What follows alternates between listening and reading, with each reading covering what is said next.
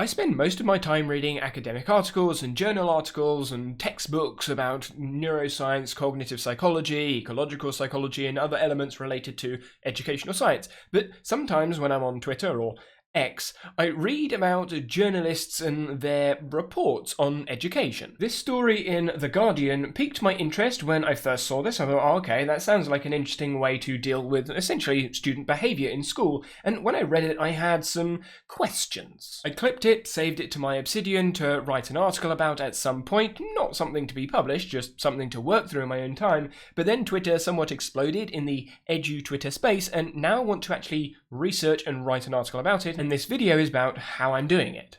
I write in an application called Obsidian, and this is what Obsidian is just like any other word processing application. You can see this is a heading 1, this is dark orange, I've just customized it, and the #1 says it's a heading 1, #2 says it's a heading 2, which is why there are different colors to the heading. I have some metadata or property information for the file, which basically says this is a video and this is educational science. These are drop downs, so I could pick any different type of file, because what Obsidian is a folder system on my computer. When I go to the top left and expand, I have my folders. So I have a folder called Canvas, a folder called Class, and the main folders that I work with is the projects folder. You can see 671 files. They are different project files. This Beacon High report as a file inside the projects folder. You can see at the top, there's the breadcrumb inside the projects folder. That's the name of the file. And then the other main folder is my sources folder, where I put all of the sources for mainly big documents that I'm highlighting inside of Zotero. Then because Obsidian is a folder system, I have some other saved files. So this is a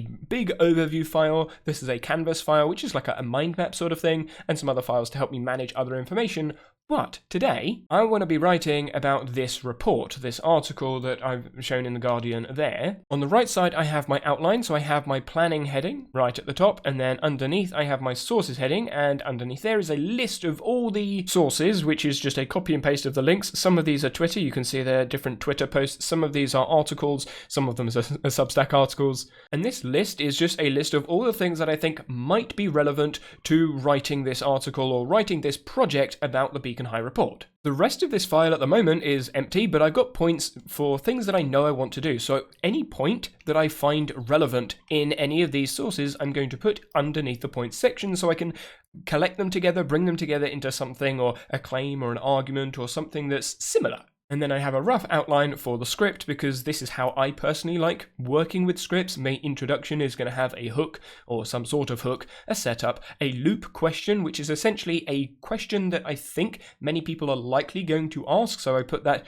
just after the setup, before the main point of the story. Then I'm going to have however many points to the story there is, or narrative there is, and then a hook and setup towards the end for a direction for something else, rather than it just being a finished project. I like to end things with a solution or an idea or a different view of something, rather than just pointing out whatever it is. But obviously, before I can write the script, I need to actually go through these sources. And when I'm going through the sources, I'm also thinking about the packaging. And I'm thinking of something that's big, easy, new, and safe. This comes from one of the YouTube creators that I follow. They recommend this sort of packaging. And for the sake of YouTube, this is something I'm working with. But I'm going to work out what sounds big, easy, new, and safe while I'm reading through these articles, and also writing out some burning questions. So if there are some questions that I'm going in with or coming out with, then I'll write them down. So I'm going to get to reading the articles.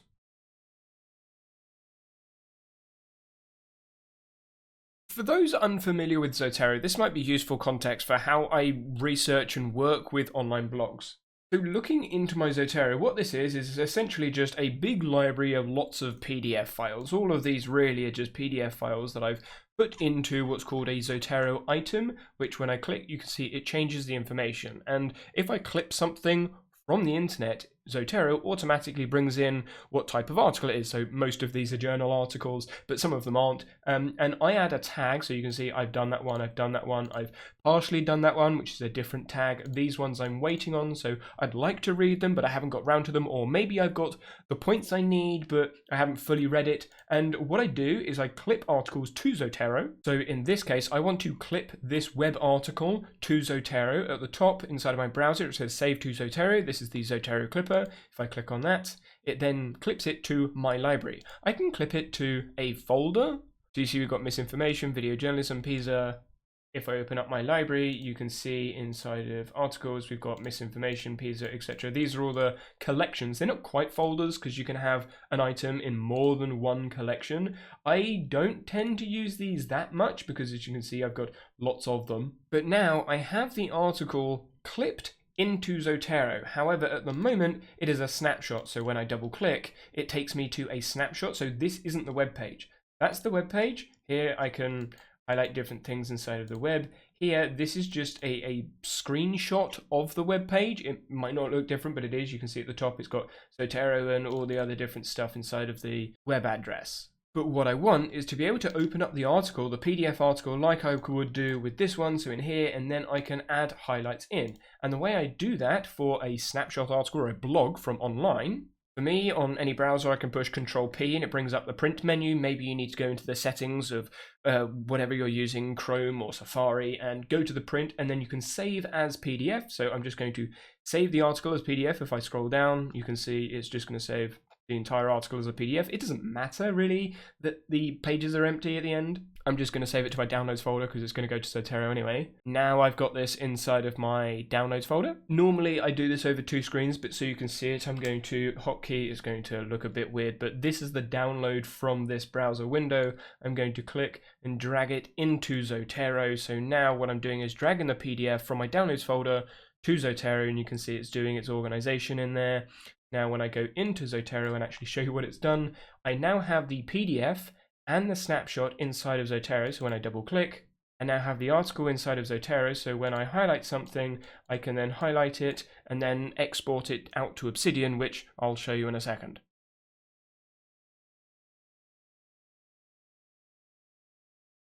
Right, so now you can see I've got lots of highlights. I've just used the same color because I don't see the point of having different colors, because all I'm going to do is take it into Obsidian and then use the points anyway. So I'm going to leave the points as they are. I could add comments, I could add tags, but again, I just keep it nice and simple. Now that I've done this in Zotero, inside of my Obsidian, I can push my hotkey, which is Control-Shift-Z, and what that does is it lets me search through Zotero. If I type in parents, yeah, there it is. Parents didn't blah, blah, blah. There you go. That's the article. And then enter. If you want to know the setup, I'll leave a video link in the top right about how I'm doing all of this. But now inside of my Obsidian, if I go Control O, there is the article. And there's all my highlights. So these are all the highlights that I had inside of Zotero. It's just now they're inside of Obsidian. So now if I open that up in another page, let's come back. What I can do is go through these points and just add the points into the article that I actually want to include.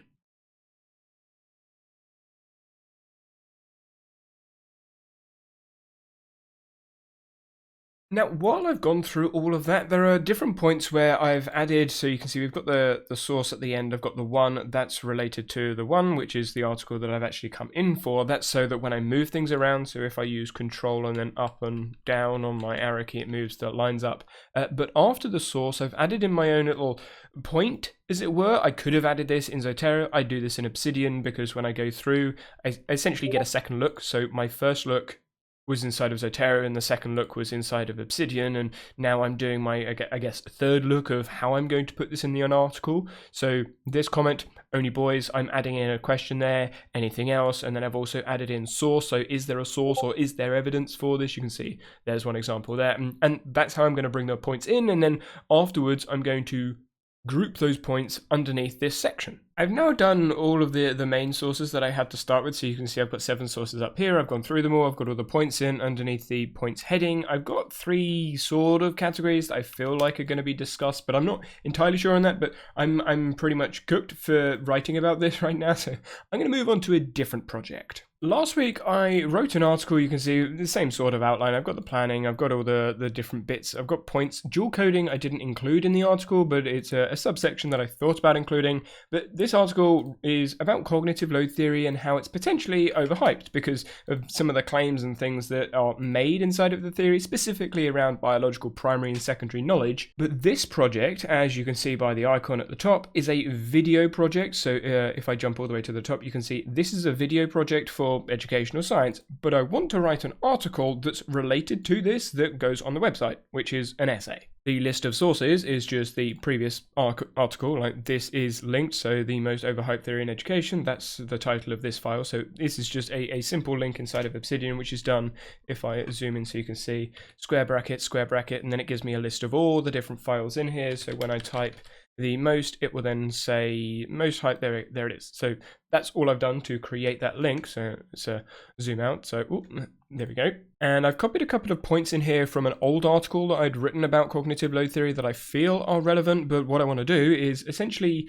reword or reshape this script, so the entire script of the video, into an article that can be read, because a video is obviously a different medium to an article, so the wording, the narratives may be slightly different, and because I've recorded this and I'm editing this, there's some information that I've learned and found out since, like a different perspective or a different source that I may want to include in the article that wasn't in the original video script. You know, I think what I want to do is actually copy this script from the video script that I've written. So this is the video script article. You can see by the icon, there's the video. I want to copy that into the essay that I'm writing and then just delete the lines and delete the sections and paraphrase and reword sections for this article. You can see, even though I started off with the main 4 points that I started off with the video script, this essay, so this written essay, I'm actually thinking of removing the what is this, like what is cognitive load theory section, because I'm going to explain what it is whilst going through potential false beliefs, misrepresentations, and unprovable problems. So I don't want to repeat myself because obviously that's redundant. So I may just delete this section entirely, use these 3 as main sections to follow, and then just remove parts of the video script, but we'll have to see how that works.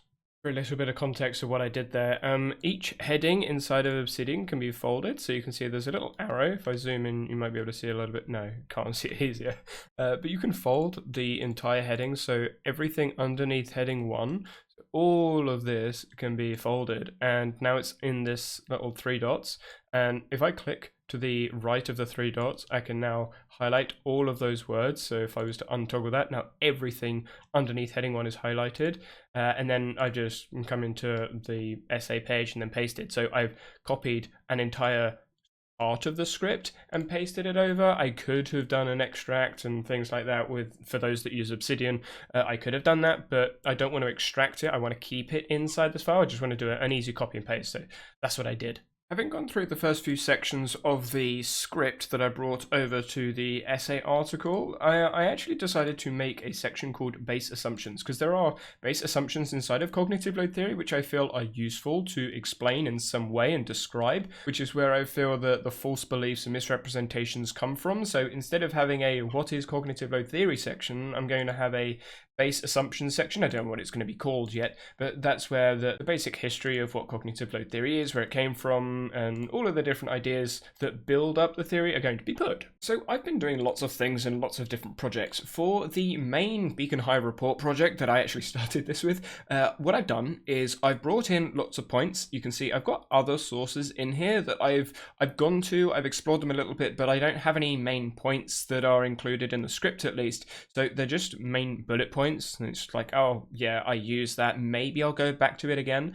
but then I have all these other ones which are numbered. You can see 1 through 15, and these have a point, at least one point, that I've referenced within all of the points in the point section. And I did have a long list. Now, as you can see, they're in sections. So in the right side, I've got the outline core plugin that's in Obsidian by default. I've got the main sections I want to look through. So we've got journalism, activism, Tom Bennett, who is someone that was sort of called out in the original article, teacher assault, suspensions, inclusions, and knife crime. For those unfamiliar with Obsidian, I actually had this section underneath right down the bottom, and I thought, you know what? I actually want to put that first. So I dragged it up, and as you see, I'm moving the entire section. So if we scroll down, you can see I've got the Tom Bennett section here. I can move Tom Bennett the entire section below. So now we've got So we've got the journalism, and then if we scroll down, instead of being Tom Bennett, it will now show the teacher result because that's the next section. So Tom Bennett is all the way down the bottom here. So this is one of those things with Obsidian and the outline plugin, which is why I have it up here. I can just drag entire sections around, which is what I was doing, trying to figure out what was going on, because let's come over to this section. If I had, say, a heading 3 here, and I had 2 different sections in the middle of thing and thing 2, I was grouping things together, but I wasn't entirely sure what the overarching category or conversation was going to be about. So here I could just drag thing 2 above thing 1 and then merge whatever it is that I wanted into a heading section. I know that doesn't really make that much sense with an explanation, and it's hard to show when I'm actually writing because it's happening as I'm going, but hopefully that does make sense with how I'm using the headings, moving them up and down. But hopefully that makes sense to organize the script of this video essay. And as a bit of an organizational update, I've actually altered something about, so this is my main file, my educational science in a nutshell page is my main bookmark page. It's where all of my main projects are put. So all of the projects that I have inside of my folder, inside of my projects folder here, so all 676 of them are linked to this page in some way. So page being a file, this file being in the other folder, which is this folder here. So you can see there's the file inside the folder. This is just like a bookmarks, which is a favorites page. And inside of here, I have queries. So these are just searches. This search showing me any file that isn't linked. So the file exists in my folders somewhere, but it isn't linked on the page, linking being with those 2 brackets. So if I make some space, zoom in, bracket, bracket, now I can link a page. If a project isn't linked, then it will show inside of that query at the top. But I've changed these queries down here. So these ones are looking for video essays that are active. So I'm actively working on them in some way, but they're not done. Then I've got videos for other people, videos for the channel that you're watching this on. And then I have essays, which, as you can see, the icon's different, but it's just written essays rather than video scripts. That's how I differentiate between the 2 different projects. And now I have these queries in here. It just makes organization a little bit easier, I think, at the moment, but who knows, maybe that will change in the future. Lo and behold, this is a few days later. I have actually changed this. So what I've done is I've put the file inside of the side. So if I grab the file, left click and drag it, I can put it into the side. So that's what I've done. There's the file. Now we have the cognitive load theory is a myth inside the side. And this one you can see has got a pin. So if you right click and then pin, you can then pin the file. Now I don't want to put that one there, but this means that this educational science in a nutshell file is still in the bookmarks. It's now inside of my left sidebar. So when I close the left, it's hidden. And when I open it, it's now showing. And I still have these queries in here. So I've got the video. There's the video, which is this one here. This is the file I've been working on. If I scroll down, there's the essays. So exclusions in school is the essay that I'm going to put on the website that is related to the video that I'm going to put on YouTube channel. So I have a video script, which is what I've been working on this week, and then I have an essay, and the essay is going to be different because I want the essay to focus on exclusions in school rather than just, hey, here's this journalist that said this thing that people disagree with. So this is more, for me, more of a YouTuber script thing, whereas this could be useful when anyone is exploring exclusions inside of schools. So the narrative of this essay is going to be different, or this article is going to be different from this script or this essay. These words interchangeably is difficult. Basically, this one's a video, this one's an article. That's essentially the difference. And if we take a look at the other file, this is where I'm at with the cognitive load theory is a myth article. I've got the first bit sort of scripted out, and then I've brought in lots of ideas, and I have essentially an outline of points that I want to discuss and cover from the script, but this isn't an article yet. You can see I've got dividing lines of this is an idea, I don't know what I'm going to do with the rest of this stuff. So it's an outline, it's a worded outline, it's a pointed outline. Whereas this video script I'm actually going to record later on today, so I'll have a recording of the script which can then start to be edited, and then I will start working next week on exclusions in school. For those that watched the previous video on the channel about how I organize my calendar, you can see now, so this is purple, so I know this is writing. This is the article. If I scroll down, you can see this is the website. So it's part of the website. When I double click, it's in the website calendar and it's in the website task list. So this is the article that I'm writing. Then I have the edit CLT overhyped. So this is the video, which you can see is on the ES channel. That's my Danny Hatcher channel. And this is yellow. So I know that's that project. That's the scripting for the video, which I've already scripted. So this is editing, so I'm not actually doing that. That's my editor. This is another project I'm working on, which is with my podcast co-host. You can see I do a podcast every Saturday. This is an article I'm writing with them, which is going to be a different video that will come out on the channel. Then next week, I start scripting the next video. So you can see I'm editing, or my editor is editing the Danny Hatcher video, and then I start scripting the next one because I finished scripting in this week. So the video, the Beacon High video that you just saw me finish scripting, I've ticked it off here. So it's no longer here because if we scroll down, there's the editing for the fake reporting, because normally it takes me 2 weeks to script. So I would normally be scripting over the 2 weeks, but instead, because it only took me a week, I'm now scripting this one in here instead. So it's just me dynamically changing what's going on with the projects. And then I have the other website article that I want to script. So this article I'm already halfway through, which is why I've got the second half of the week there.